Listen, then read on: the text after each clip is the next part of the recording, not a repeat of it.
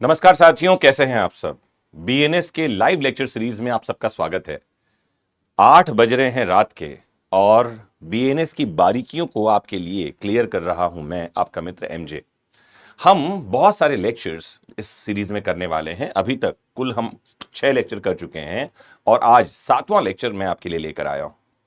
BNS जो है भारतीय न्याय संहिता, एक ऐसा इंपॉर्टेंट डॉक्यूमेंट है जो 1 जुलाई 2024 से एनफोर्स हो गया है।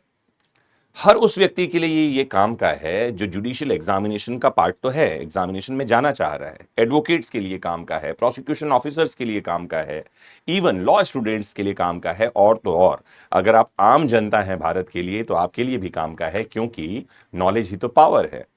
आज के इस लेक्चर में मैं 2 शब्दों के बारे में बात करूंगा। One is theft and the other is robbery. Theft को हिंदी में कहते हैं चोरी एंड रॉबरी को कहते हैं लूट।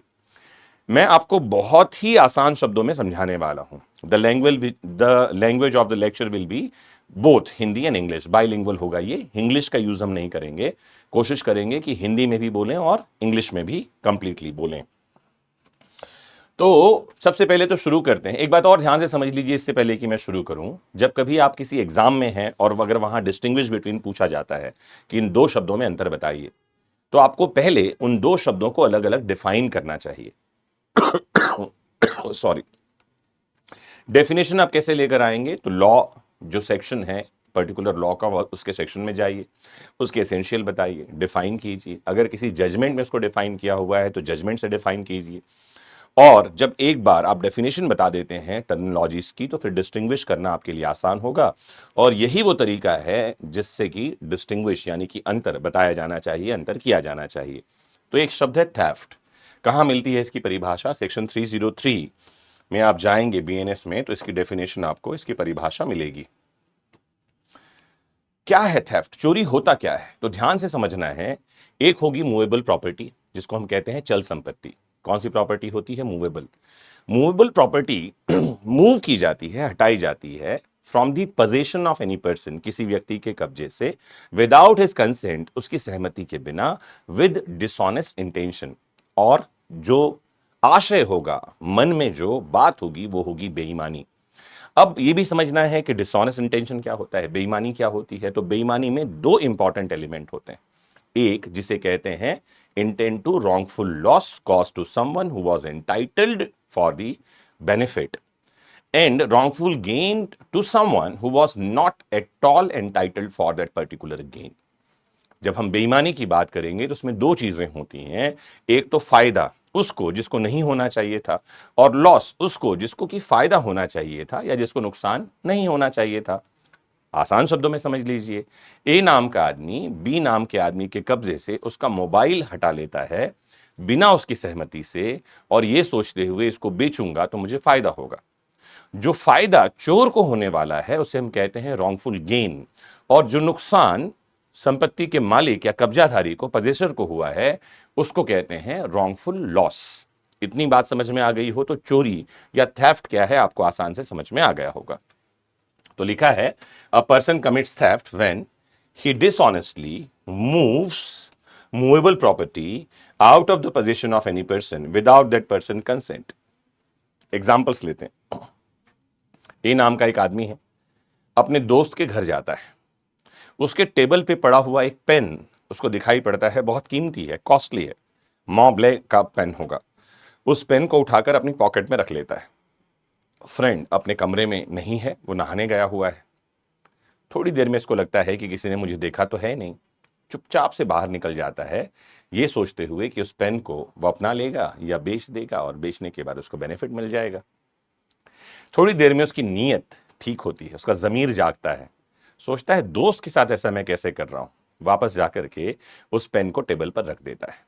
क्या इस आदमी ने चोरी किया है? क्या कह रहे हैं आप? नहीं किया है, क्योंकि सामान तो लौटा दिया है। एक और एग्जांपल देखिए। एक आदमी एक होटल में कैशियर है, मैनेजर है, कैश भी वही हैंडल करता है। रात को 9 बजे तक उसकी ड्यूटी होती है। 8 बजे उसको कॉल आता है उसके घर से कि उसकी बेटी बीमार है, उसे हॉस्पिटल में एडमिट किया गया है, इमीडिएट आना होगा। डॉक्टर से बात होती है तो पता चलता है 50,000 रुपीज इमीडिएट जमा करवाना होगा। ये होटल की कैश में से ही 50,000 रुपीज ले जाता है। अगले दिन बैंक से 50,000 रुपए निकाल कर लाता है और जब वापस कैश में मिला रहा होता है पकड़ लिया जाता है। क्या इसने चोरी की है? अगर आप कह रहे हैं नहीं, इसने भी चोरी नहीं की है क्योंकि पैसा वापस रख रहा था, तो बहुत आसान से आपको समझ लेना चाहिए इन बातों को कि moving of a property from the position of any person with dishonest intent without his consent of the owner और the possessor is known as theft. ये जो आदमी पैसा निकाल के ले गया, अगर इसका अच्छा बेईमानी कैसे पता चलती है, इंटेंट कैसे पता चलता है, तो ध्यान रखना है what is going inside the human mind devil does not know. मनुष्य के मन में क्या चल रहा है ये तो शैतान को भी नहीं पता चल सकता। तो सर्कमस्टेंसेस, कंडक्ट, प्रीवियस, सब्सिक्वेंट, इन सब से पता लगाया जाता है कि इसका इंटेंट क्या रहा होगा। जैसे ये आदमी जो कैश निकाल के ले गया, अगर इसका इंटेंट ठीक होता तो ये पहले मैनेजर को या अपने बॉस को या कंपनी के मालिक को बताता कि मुझे अर्जेंट जरूरत है, मैं ये पैसे ले जा रहा हूं, कल ला दूंगा। ले गया, वापस से बताता, कहीं इसको नोटिंग करके रखता कि मैं ये पैसे ले जा रहा हूं, अपने किसी कॉलीग को बताता, कुछ तो करता। ये चुपचाप से ले गया था, ये ले जाना ही चोरी है। अगले दिन लाया, मिलाया, नहीं लाया, वो सब अलग बातें हैं। वो जो मूव किया है प्रॉपर्टी वहां से, this is known as theft, यही है चोरी। फिर डिसऑनेस्ट इंटेंट, इंटेंट क्यों जरूरी है? जैसे एक अच्छा एग्जांपल देता हूं। ए नाम का आदमी अपने मित्र बी के साथ क्लासरूम में बैठा हुआ है। उसका जो फ्रेंड है टेबल पर मोबाइल छोड़कर चला जाता है। ए बी ये देखता है और सोचता है इसका मोबाइल कोई और ना ले ले, कोई और उसको चुरा ना ले। For the purpose of safety and protect the property of his friend, B क्या करता है, मोबाइल उठाकर बैग में ही डाल देता है। नाउ प्रॉपर्टी उसने मूव तो की है, मूवेबल प्रॉपर्टी भी है, विदाउट कंसेंट भी है, लेकिन उसका इंटेंट डिसऑनेस्ट नहीं है, वो ईमानदारी से काम कर रहा है, इसलिए ये चोरी नहीं है। सिमिलर एग्जाम्पल में एलिमेंट डालते हैं। बी नाम का यही आदमी है, अपने दोस्त के घर गया है। एक सोने की अंगूठी उसको सामने मेज पर रखी हुई दिखाई पड़ रही है। ये अंगूठी उठाकर उसके बैग के ही सिगरेट जिप में डाल देता है, अपने दोस्त के ही बैग में, ये सोचकर कि वो ढूंढेगा, उसको मिल गया तो ठीक है, उसके ही बैग में है। नहीं मिला तो फिर कभी फ्यूचर में मैं चुपचाप से वो निकाल लूंगा और इस तरह से मुझे रॉन्गफुल गेन होगा। तो ये जो प्रॉपर्टी बी ने उठा करके उसके ही बैग में डाल दिया है, ये है डिसऑनेस्ट इंटेंट के साथ किया गया काम, और यहां ये चोरी है। सिमिलर एग्जाम्पल है, सिर्फ इंटेंट डिफरेंस क्रिएट करता है कि अपराध होगा या नहीं होगा, whether the person is going to be punished for committing the particular crime और not, it is going to be decided. Just a difference is what, intent, criminal intent, guilty mind means riya, and for the particular offense named theft, dishonest intention is required। ये बात समझ में आ गई हो तो मैं आगे आपको लिए चलता हूं। एग्जाम्पल है, मैंने वैसे बहुत सारे एग्जाम्पल आपको दे दिए। ये वाला एग्जाम्पल देखिए, लिखा है ए सीक्रेटली रिमूव्स बीज मोबाइल फोन फ्रॉम बीज पॉकेट विदाउट बीज नॉलेज। ए बिना उसके ज्ञान के उसके जेब से मोबाइल निकाल लेता है, बस हो गया, ये चोरी है। आसान सा डेफिनेशन था ये, मैंने आपको थोड़े से क्रिटिकल डेफिनेशन बताए ताकि आपके दिमाग के धागे भी थोड़े से खुलें। नाउ आगे देखिए, this is theft because property was move dishonestly without the consent and without use of force. ये जो शब्द लिखा है विदाउट यूज ऑफ फोर्स, यही वो एलिमेंट है जिसे हम कहते हैं बल, फोर्स। जैसे ही फोर्स का एलिमेंट आता है, बल का एलिमेंट आता है, थेफ्ट बिकम्स रॉबरी। चोरी जो है वो लूट में बदल जाती है। अगर आपको चोरी समझ में आ गई है तो थम्स अप दे दीजिए, एक दिल छोटा सा छोड़ दीजिए और बताइए आपको ठीक ठीक समझ में आ रहा है। तब मैं थोड़ा आगे आपको रॉबरी समझाने के लिए चलूं कि व्हाट इज रॉबरी, ये जो लूट है ये क्या बला है। आइए, तो रॉबरी को समझाने के लिए मैं थोड़ी बातें और आपको समझा दूं। जब हम रॉबरी को समझने जाते हैं तो रॉबरी में दो तरह की चीजें होती हैं, या तो होता है एक्सटॉर्शन। क्या होता है? एक्सटॉर्शन। या इसमें एलिमेंट होगा TION, हाँ, या इसमें एलिमेंट होगा थेफ्ट का, चोरी। या तो एक्सटॉर्शन रॉबरी बनती है या थेफ्ट चोरी जो है वो रॉबरी बनती है। नाउ एक्सटॉर्शन क्या होता है? एक्सटॉर्शन के लिए आम बोलचाल का शब्द, सस्ता शब्द मैं आपको दूं, इसे कहते हैं धन की उगाही, पैसा वसूली, ब्लैकमेल करना, हफ्ता वसूली। अगर आपने ये शब्द सुने हुए हैं तो यही एक्सटॉर्शन का एक्चुअल मतलब है। नाउ आप इसके लिए हिंदी में शब्द क्या है हमारे पास में? अपकर्षण, उद्दापन जैसे शब्द हमारे पास हिंदी में मिलते हैं इसके लिए। Extortion, to extort money from someone putting the person in fear is known as extortion. किसी को भय में डालकर धन की उगाही एक्सटॉर्शन कहलाती है। क्या होता है एक्सटॉर्शन में? एक तो फियर, भय में डाला जाता है, दूसरा प्रॉपर्टी एक्सटॉर्ट की जाती है। दो चीजें हैं, ध्यान रखना है। ये जो फियर होता है ये इंस्टेंट यानी कि तत्काल नहीं होता, प्रोलॉन्ग्ड फियर होता है। कैसा होता है? What is prolonged fear? तो ए बी को फोन करके धमका रहा है, कह रहा है कि तुम्हारे कुछ सीक्रेट फोटोग्राफ्स मेरे पास में हैं, वीडियोग्राफ्स मेरे पास में हैं, अगर 15 तारीख तक काली पहाड़ी के पीछे 5 लाख रुपए लेकर नहीं पहुंचोगे तो ये फोटोग्राफ्स, ये वीडियोग्राफ्स मैं वायरल कर दूंगा। Now this is giving, threatening, ये है फियर में डालना। और बदले में क्या कह रहा है? पैसे लेकर के आओ, धन की उगाही। ये है एक्सटॉर्शन का ऑफेंस। थेफ्ट क्या है मैंने आपको बताया। थेफ्ट में क्या होगा? मूविंग ऑफ प्रॉपर्टी, संपत्ति हटाई जाएगी। प्रॉपर्टी कैसी होगी? मूवेबल प्रॉपर्टी होगी। कैसे हटाई जाएगी? विदाउट कंसेंट, सहमति के बिना हटाई जाएगी। हम क्या कहेंगे? थेफ्ट हुआ है। थेफ्ट में प्रॉपर्टी हटाई जाती है, एक्सटॉर्शन में प्रॉपर्टी देने के लिए, in order to deliver the property someone is going to be put into fear, संपत्ति परिदत्त करने के लिए किसी को भय में डाला जाएगा। ये दो शब्द हैं, ध्यान रखना है, क्योंकि यही दो आगे जाकर क्या बन जाएंगे? रॉबरी। ये दोनों रॉबरी कैसे बन जाएंगे? इसमें कुछ बातें आ जाएंगी, जैसा एक तो है इंस्टेंट फियर, क्या होगा? किसी को तत्काल भय में डाल दिया जाए। दूसरा शब्द है रॉन्गफुल रेस्ट्रेंट, उसका रास्ता रोक दिया जाए। तीसरा है किसी तरह की चोट उसको पहुंचाई जाए, हर्ट कॉज किया जाए, may be grievous hurt.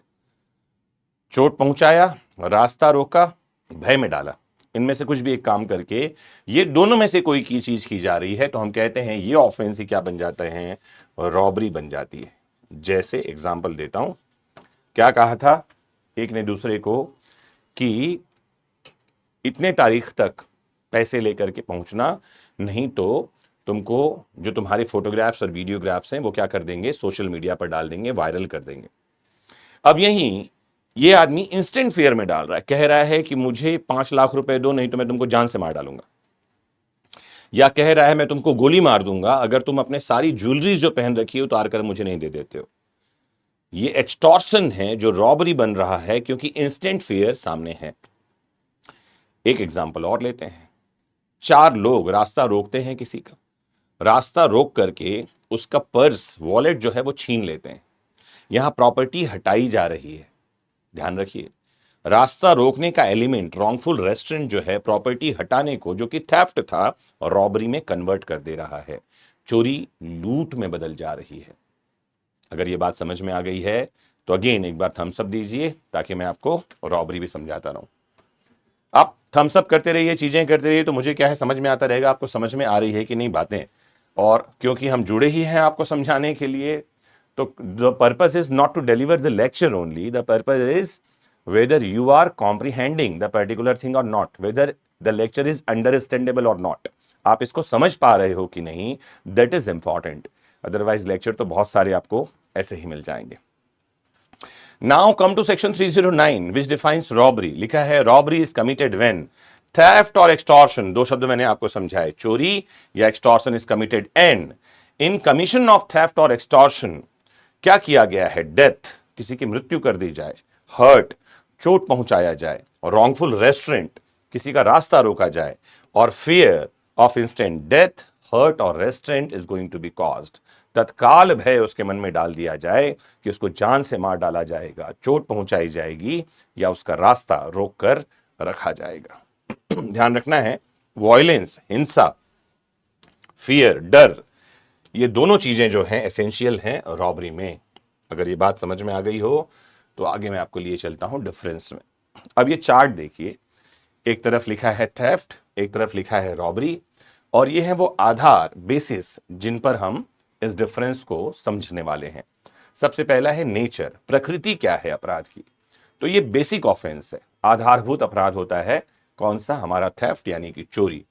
Robbery अग्रेवेटेड form है। अग्रेवेटेड को फॉर्म का मतलब होता है गंभीरतम रूप, बढ़ा हुआ रूप है, तो चोरी ही रॉबरी बन जा रही है। वायलेंस, हिंसा थेफ्ट में होती ही नहीं है, जरूरत ही नहीं है। प्रॉपर्टी हटाई जा रही है बिना कंसेंट के, चुपचाप से ये काम किया जा रहा है। रॉबरी में एसेंशियल है वायलेंस का होना या फियर का होना, यही तो जरूरी है। Fear of instant harm theft में होता ही नहीं है, वायलेंस में जरूरी है, रिक्वायर्ड है। विक्टिम का प्रेजेंस, ध्यान रखिए थेफ्ट में victim may be present, may not be present.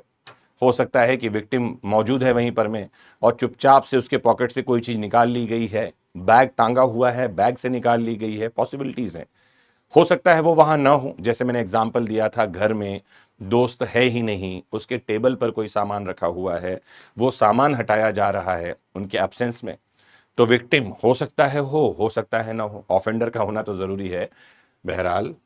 लेकिन रॉबरी में प्रेजेंस जरूरी है क्योंकि इमीडिएट थ्रेट होगा, इमीडिएट फियर में डाला जाएगा, हर्ट करने के लिए, डेथ कॉज करने के लिए, रास्ता रोकने के लिए, रॉन्गफुल रेस्टोरेंट करने के लिए।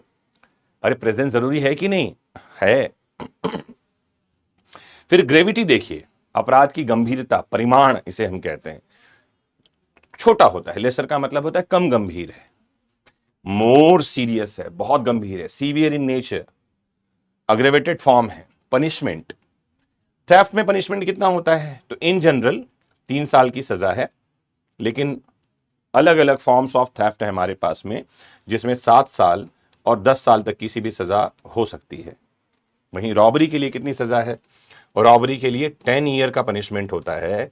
लेकिन अगर यही रॉबरी हाईवे में हो रही है, ठीक है, कब हो रहा है, दिन में हो रहा है कि रात में हो रहा है, डेडली वेपन्स हैं, क्या हैं, बहुत सारे उसके कंडीशंस होते हैं हमारे पास में, तो 10 साल की तो सजा है ही है, जो 14 ईयर्स तक भी हो सकती है।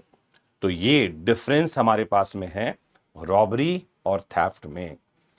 मुझे उम्मीद है कि ये क्लैरिटी आपको मिलती चली जा रही है, आपको बातें समझ में आ रही हैं। कुछ इंपॉर्टेंट लैंडमार्क जजमेंट्स देखिए। यूं तो ये आईपीसी के जजमेंट्स हैं, लेकिन बीएनएस में भी रिलेवेंट हैं। उसका रीजन है कि प्रिंसिपल तो सेम ही अप्लाई हो रहा है यहां पर भी।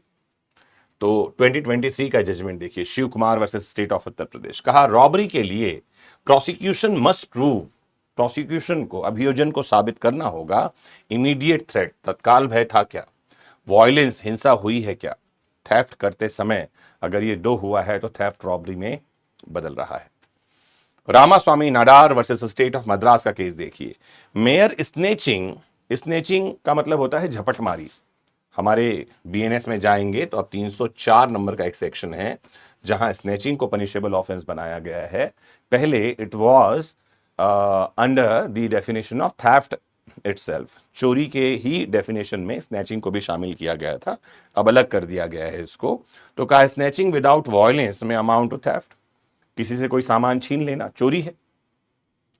लेकिन कहा if accompanied by force causing fear, अगर बल का प्रयोग किया गया है जिससे सामने वाले के मन में भय उत्पन्न हो जाता है या उसे कोई चोट लग जाती है, जैसे ए ने बी के कान की बाली खींच ली, जैसे उसका कान कट गया है, हर्ट हुआ है, स्नैचिंग हुई है, दोनों मिलकर क्या बना रहे हैं, robbery.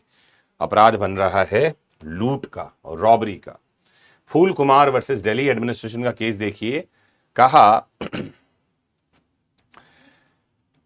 brandishing a deadly weapon during robbery is sufficient to constitute aggravated robbery।